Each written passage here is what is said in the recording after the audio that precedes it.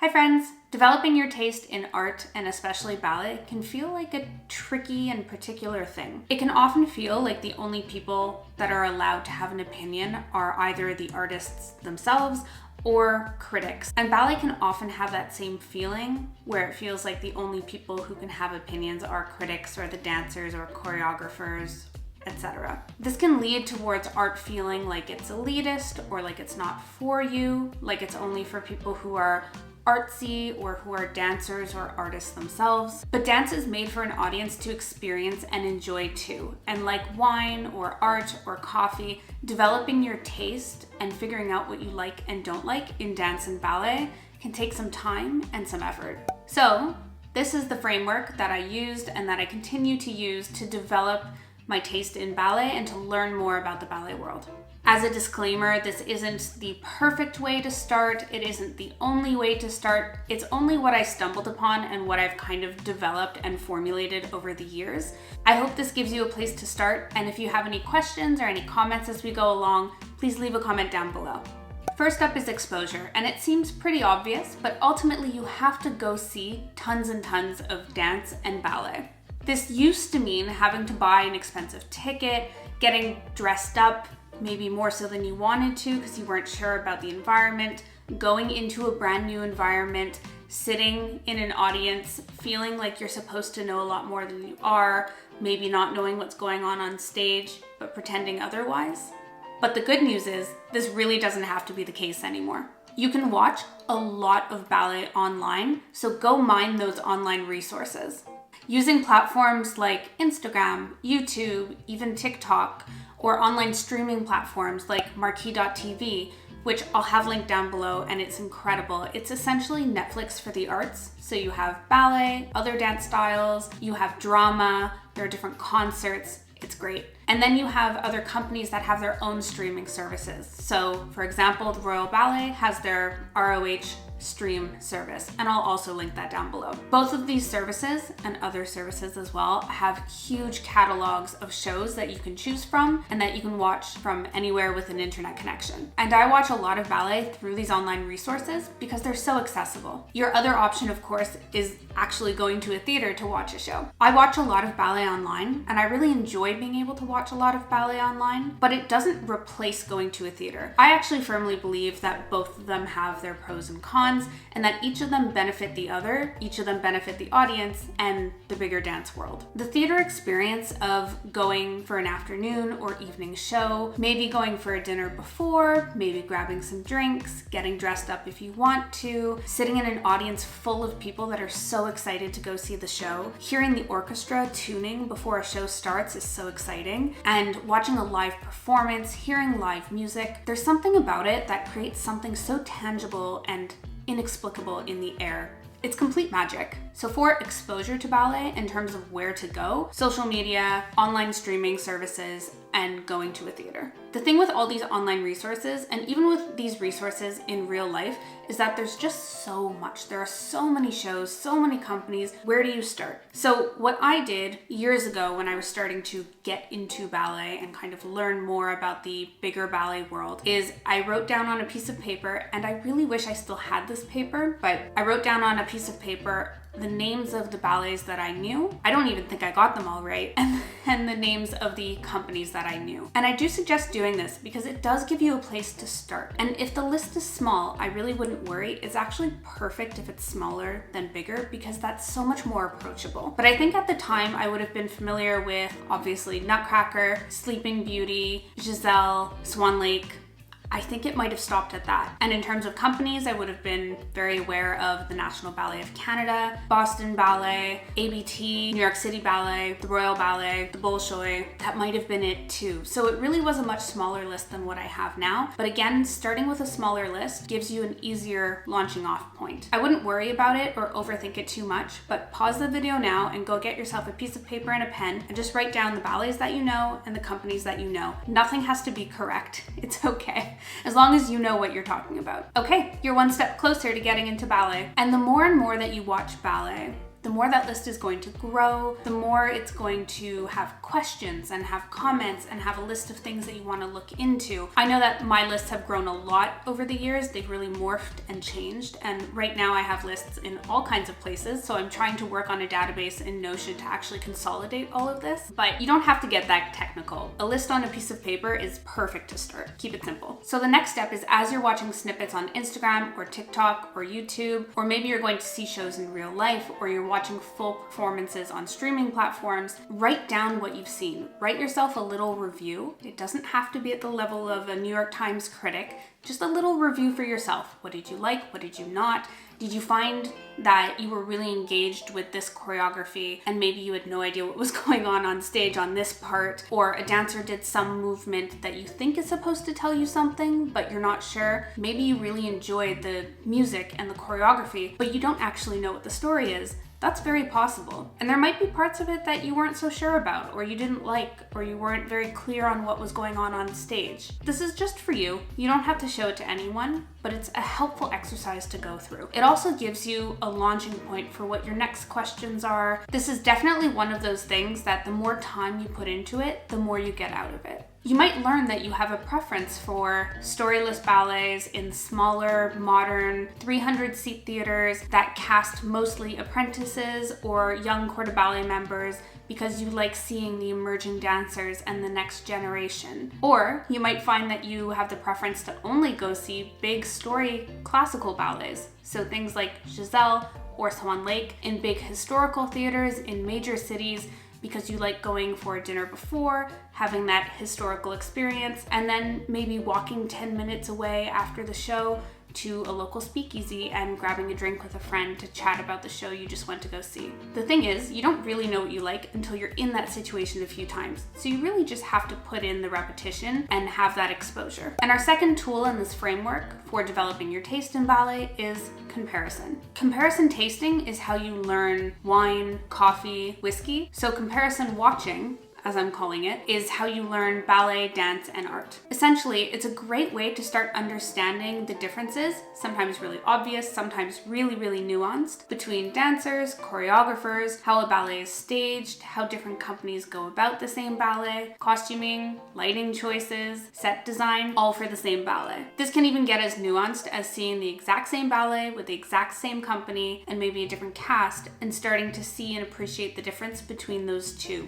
Now, going to see the exact same show a few nights in a row would be the pro version of doing this. And I would love to do that one day. But it would be a very fun experiment to see the same show by the same company in the same theater and have the casting be the thing that's changing in between. And because you do it 3 nights in a row, you have that repetition so close together that you can really compare quite closely. That being said, not very many people have access to be able to buy tickets for a show a few nights in a row if they have a theater around them. It can also get really expensive, obviously, to be buying multiple tickets, to be maybe paying for parking, and especially if you're going out for dinner or drinks after, it can really add up. So this is where our online resources really, really shine. So online platforms like Marquee.tv or the Royal Opera House stream service will have catalogs of different ballets, different operas, different shows that you can go through. So Marquee.tv, for example, has I think 4 or 5 different versions of Swan Lake. So if you really wanted to, you could watch one after the other and do a comparison watching with those Swan Lakes.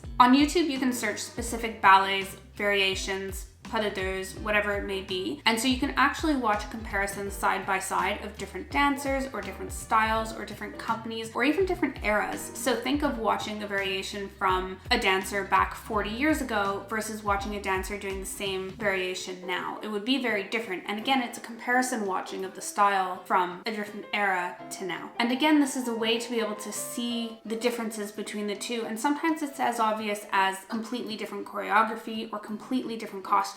But sometimes it can be as subtle as a dancer's approach to a character that might be maybe a little bit more bold or a bit more shy. You might have a dancer that's approached this character for 20 years versus someone that's very brand new to it. So that is a whole other level of how you're comparison watching. The third tool in our framework here is experiencing it yourself. If you take classes in a studio and they offer a variations class, you should really take it. 1, it's a lot of fun, but 2, it's a great way of connecting what you do in class in studio to going to see a show either in theaters or on an online streaming platform. It also is a great connector to the bigger ballet world. There's something about learning the choreography yourself, practicing, repeating the process, diving into that character and that story and that world that's built around in the ballet, that creates this whole new level of watching that variation when it's on stage. You necessarily have a connection with what's happening on stage because you've done it yourself. And physically learning the variation creates this space where you can deep dive into all of these little aspects of the ballet, of the character, of the variation that you wouldn't necessarily be able to as an audience member or as a viewer. I think I would compare it to watching someone travel to a city that's been on your wish list for a long time versus going yourself. So watching someone else go,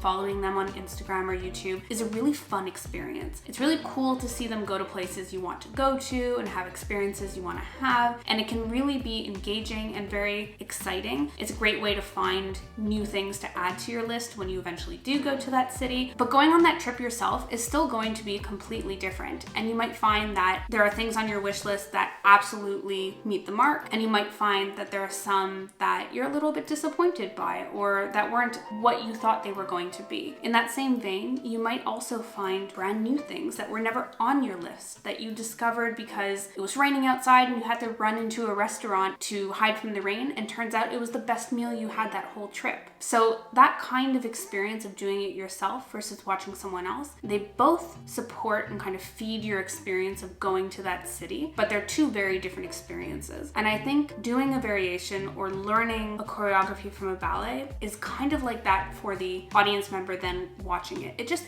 adds more to it. It gives you a medium to kind of deep dive into it. And does everyone want to do that? Not necessarily, but I like to.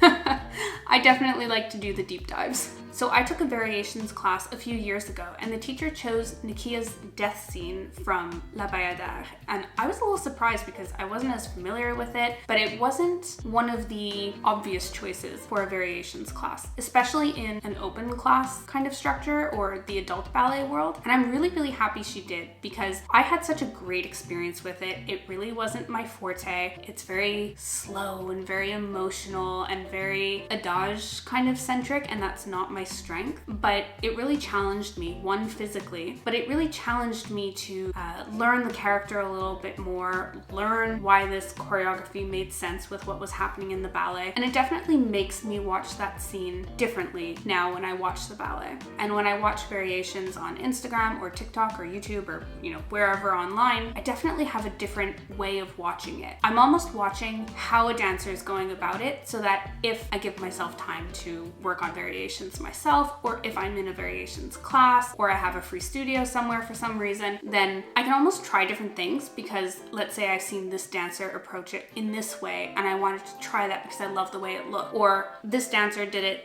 this way and they added this step and that actually looks like a lot of fun, or it looks a little bit easier than what I was doing, or I just want to try that on for size. So it's a lot of fun to watch all of these different versions of the variation and do comparison watching, but then also, I guess, comparison trying. You're trying on all these little differences for size and seeing what you like and what works for you. Our fourth tool in developing your taste in ballet is actually other people's opinions. This is kind of like finding an Instagram account or a YouTube channel that you like. So think finding a chef whose recipes you really enjoy, or a wine producer. You always tend to like the wines that they choose, or an Instagram fashion account where you really like how they piece together certain outfits. I think the obvious traditional choice is to go with a ballet or dance critic with a major publication. So think The Guardian, The Sunday Times, The New York Times, etc. I don't necessarily read the review to find out if it's positive or negative and to find out if I should go see a show or not. I find I use it as a resource for all the research that went in on the back end to writing that article. So often articles will talk about very specific things with the dancer, maybe with the company. If this is a new version of a production, they might compare it to the old version. They might bring up experiences with that choreographer in different companies across the world. So I find that I pull names or comparisons or references references from these articles, and it's a great way for me to add to my list of things to look into. Otherwise, I like hearing from the companies and their marketing teams what they think about their shows. Obviously, it's going to be in a very positive light,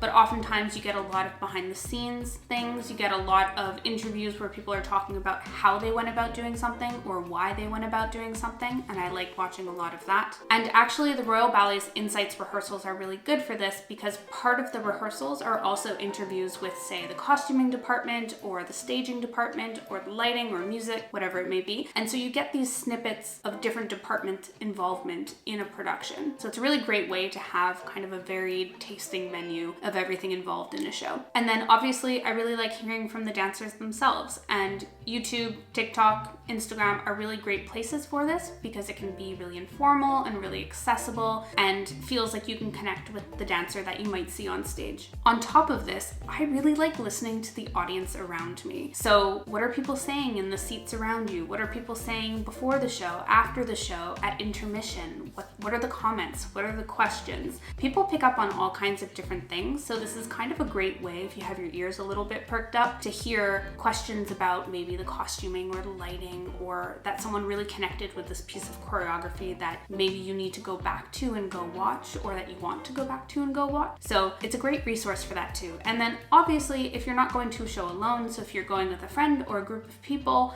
you now have a group of people who have completely different perspectives. And I'm always surprised how everyone picks up on completely different things in a show. It's fascinating. So these are the steps that I've taken to develop my taste in ballet and learn more about the ballet world. And I have a huge list of ballets I want to go see, companies to look into, theaters I want to travel to, and to be honest, it feels like the list is growing and growing. So I'd be curious to know what's on your list of ballets to go see and what you've done to develop your taste in ballet. So please leave a comment down below. But if you haven't seen a show yet and you're just getting into class, you should click on this video, which has 7 mistakes to avoid if you're a ballet beginner. Or if you're looking for massive ballet inspiration, click on this playlist, which has all of my World Ballet Day videos. I'll see you in the next one. Bye.